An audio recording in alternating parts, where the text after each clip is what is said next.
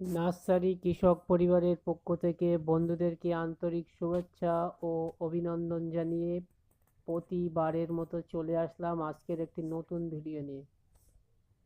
এই ভিডিও শুরু করার আগে বন্ধুদের কাছে প্রথমেই আন্তরিকভাবে দুঃখিত, ক্ষমা চেয়ে নিচ্ছি, কারণ আমাদের চ্যানেলের যারা নিয়মিত দর্শক আছেন তারা ভিডিওর জন্য প্রত্যাশায় থাকেন, কিন্তু আমরা বেশ কয়েক মাস ধরে কন্টিনিউ চেষ্টা করার পরেও আমরা ভিডিও ছাড়তে প্রচণ্ড লেট করে ফেলছি, এর জন্য দুঃখিত।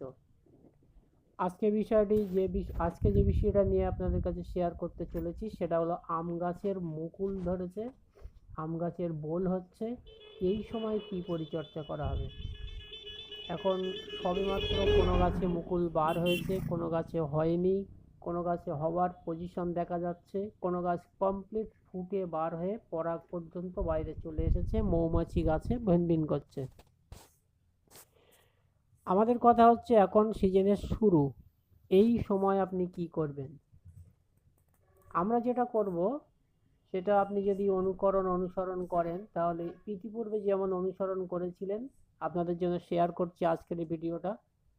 সেটা হচ্ছে আমরা একেবারে নর্মাল গোছের দুটো স্প্রে করব।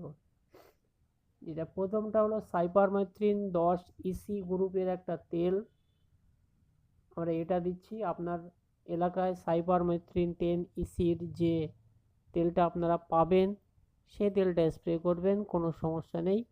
একেবারে প্রাথমিক পর্যায়ে যেহেতু আমরা সিজন শুরু করছি অর্থাৎ মরশুম শুরু করছি, সেহেতু হাই টেম্পার বা হাই কম্বিনেশনের কোনো ঔষধ আমরা এই মুহূর্তে ব্যবহার করব না, কারণ ইনকেস যদি পরবর্তীতে আবহাওয়া ঘটিত কোনো কারণে আরও কিছু হাই প্রয়োগ পদ্ধতি চালাতে হয় তখন কিন্তু আমরা সেই রেজাল্টটা তুলনামূলক পাবো না। এই জন্য এখন আবহাওয়া মোটামুটি তুলনামূলক পরিষ্কার আছে, তাই আমরা এটা ব্যবহার করব।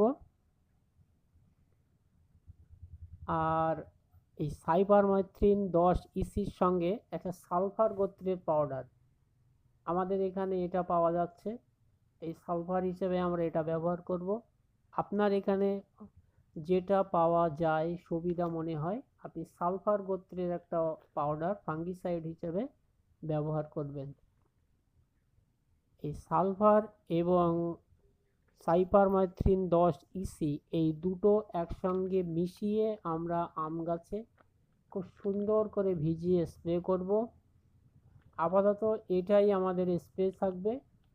আর যদি এমার্জেন্সি প্রয়োজন আমাদের না হয় তাহলে 15 থেকে 20 দিনের ভিতরে আমরা আর দ্বিতীয় কোনো স্প্রে করব না।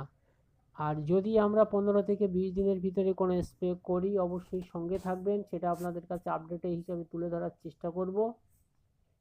আর স্প্রে করব যেটা সেটা 15 থেকে 20 দিন পর কি স্প্রে করি না করি সেটা আপনাদের কাছে আবারও শেয়ার করব। আর সেই নতুন ভিডিওটা দেখার জন্য আমাদের সঙ্গেই থাকুন। এতক্ষণ ধরে ভিডিওটা দেখার জন্য ধন্যবাদ। ভালো থাকবেন, সুস্থ থাকবেন, শুভকামনা রইল আপনাদের সকলের।